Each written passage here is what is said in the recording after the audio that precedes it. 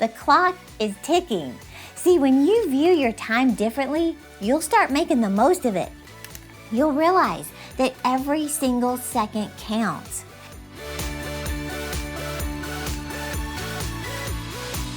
Hey, I'm Terri Savelle, your cheerleader of dreams. Thanks for joining me. And real quick, let me just grab my pocket calculator and do this little exercise with you. Now, I know you probably have your phone. You're probably watching me on it right now, but I need you to use the calculator on your phone for this exercise. But trust me, it's crazy and it's gonna wake you up. So, whenever you get a chance, go to the calculator of your phone, and this is what I want you to do. You type in your age, whatever your age is right now, and then multiply it by 365. So multiply your age times 365. Now the number you see, that is going to give you your current age in days. That's how many days you've lived. Now leave the number on the screen and subtract this number from your number. 28,650. 28,650. Now push equals. Ignore the negative sign. Here's what I want you to know. The number you see on the screen, if you live the typical lifespan of an American adult, is how many days you have left on Earth. In fact, comment your number below. I just want to see if you got more days than I do. But I did this years ago and I was shocked. Well, I did it the other day and I was even more shocked. Because time is ticking. You know, they say the average lifespan in America is 78.6 years. Well, that's where we get the 28,650 days on Earth. So you subtracted how many days you've lived by the lifespan, and that's what you have left to do something with your life. What am I saying? The clock is ticking.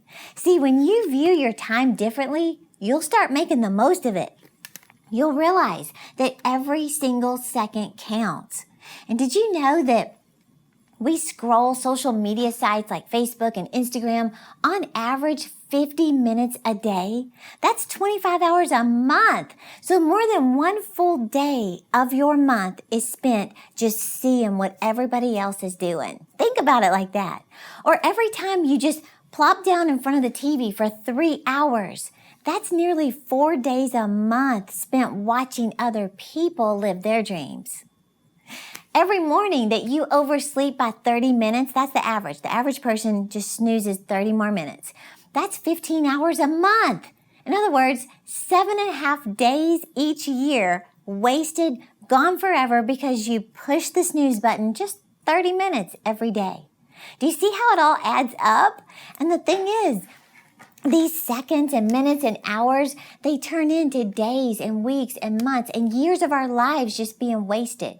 So if the average life expectancy is 78.6 years, when you think about that, that means that if you're 42 years old at this time, you only have 36 more Christmases left with your family. Think about it, 36. If you're 57 years old, you only have 21 more summers to enjoy at the lake, going to Disney, being with your family. If you're 63 years old, that's 15 more birthday cakes and blowing out candles with your family. 15. That's nothing. It makes you view life more seriously.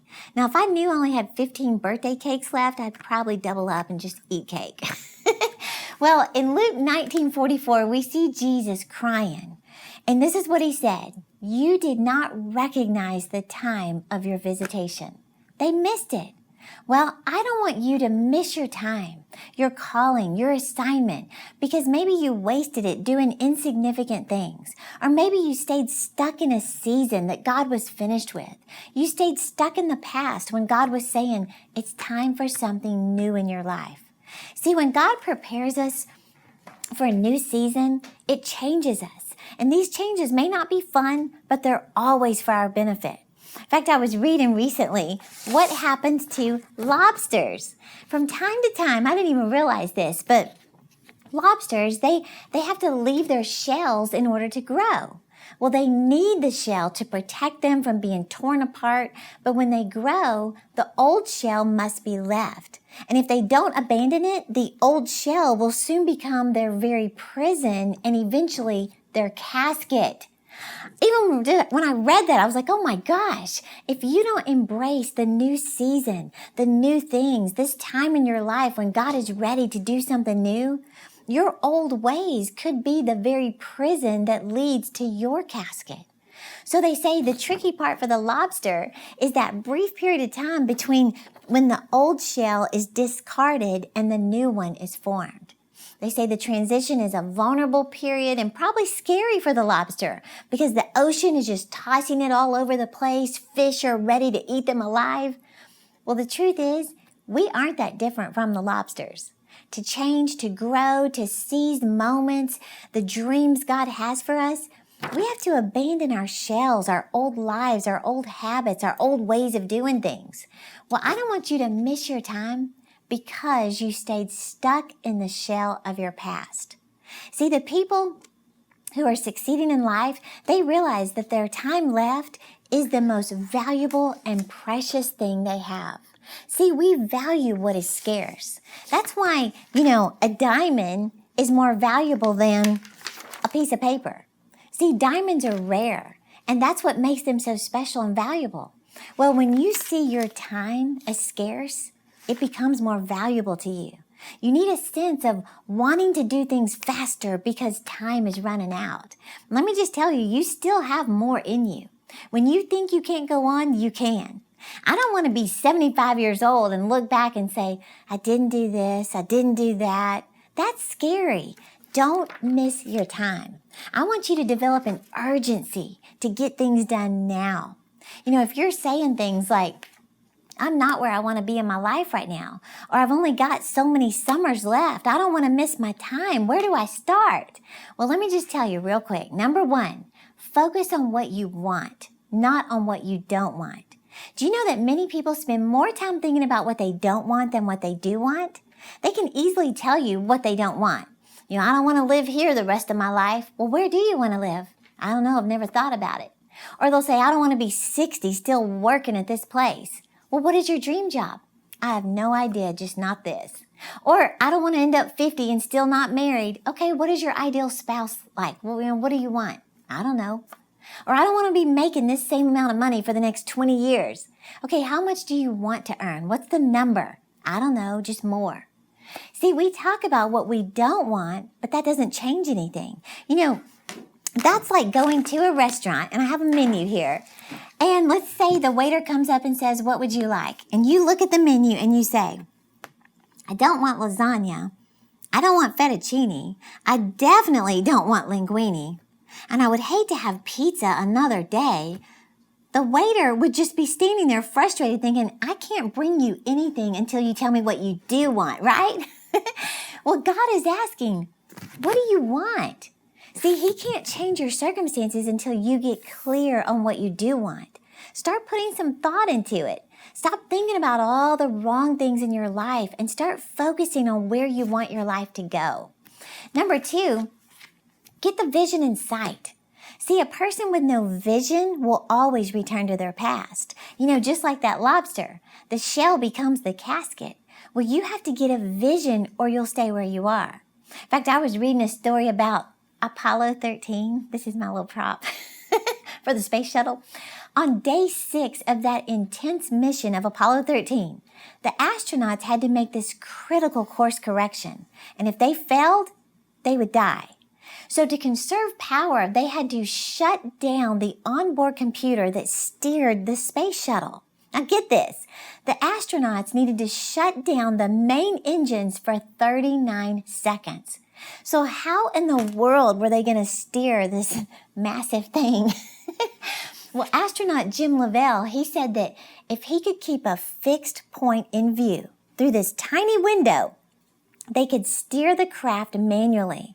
So that focal point, that vision, turned out to be their destination, which was planet Earth. If you've seen that movie, Apollo 13, you'll remember those terrifying 39 seconds. Lovell stayed focused on keeping the vision of Earth in view. By not losing sight of that vision, that focal point, the 3 astronauts avoided a tragic disaster and returned home safely. So what am I saying? Don't lose sight of your vision. What is your vision? Is it to write a book? to have a healthy body, to save $10,000, to travel the world, to own your home debt-free, to open your own business, to start a blog? What is your vision that you need to keep it in sight? Because when everything around you is shaking and rattling, that vision is going to keep you focused. And number 3, closing this out real quick. Number 3 is remember tomorrow. These 2 words are so powerful. In fact, I was listening to a podcast with Jesse Itzler, and he said those 2 words drive him every day. There's 2 ways to look at this phrase. And Jesse was pointing out this fact. He said, remember how your decision today is going to make you feel tomorrow. If you quit this thing, how are you going to feel tomorrow? If you drop out of that marathon, if you don't make that phone call today, how are you going to feel tomorrow? If you stop writing the book God put in your heart, how are you going to feel tomorrow? If you don't want to go to the gym, how will you feel tomorrow? Or you don't want to eat a salad, how are you going to feel tomorrow? Remember tomorrow. Think about how your decision today is going to impact your life tomorrow. Now, the other way to look at this phrase, remember tomorrow, is this. Someone said, those who died yesterday had plans for this morning. And those who died this morning, they had plans for tonight. Don't take life for granted. In the blink of an eye, everything can change. So forgive often and love with all your heart. You may never know when you may never have that chance again. So just like we saw at the beginning of this podcast, life is short. Don't take it for granted or waste a minute of it. You didn't come this far to only come this far, right? So don't miss your time by staying stuck in the shell of your past. Discard it, remove it, forget it, and embrace the new dreams, the new assignments, the new goals that God has for your life. And you know what? I want to help you get going this week. In fact, I'm giving you a chapter from my book, Make Your Dreams Bigger Than Your Memories, absolutely free. Now this chapter, it's all based around when I had to let go of my past and realized my calling is calling. Well, the same is true for you. You're going to learn how you can go from being insecure, ashamed, stuck in your past, to living your dreams. All you have to do is click the link in the description or go to terri.com/chapter. And I want to say thank you so much for watching this video. If it spoke to you, I want to ask you to subscribe to my channel. Follow me on Instagram, Facebook, Twitter, so I can keep you motivated to live your dreams. Thank you for watching. I'm cheering you on.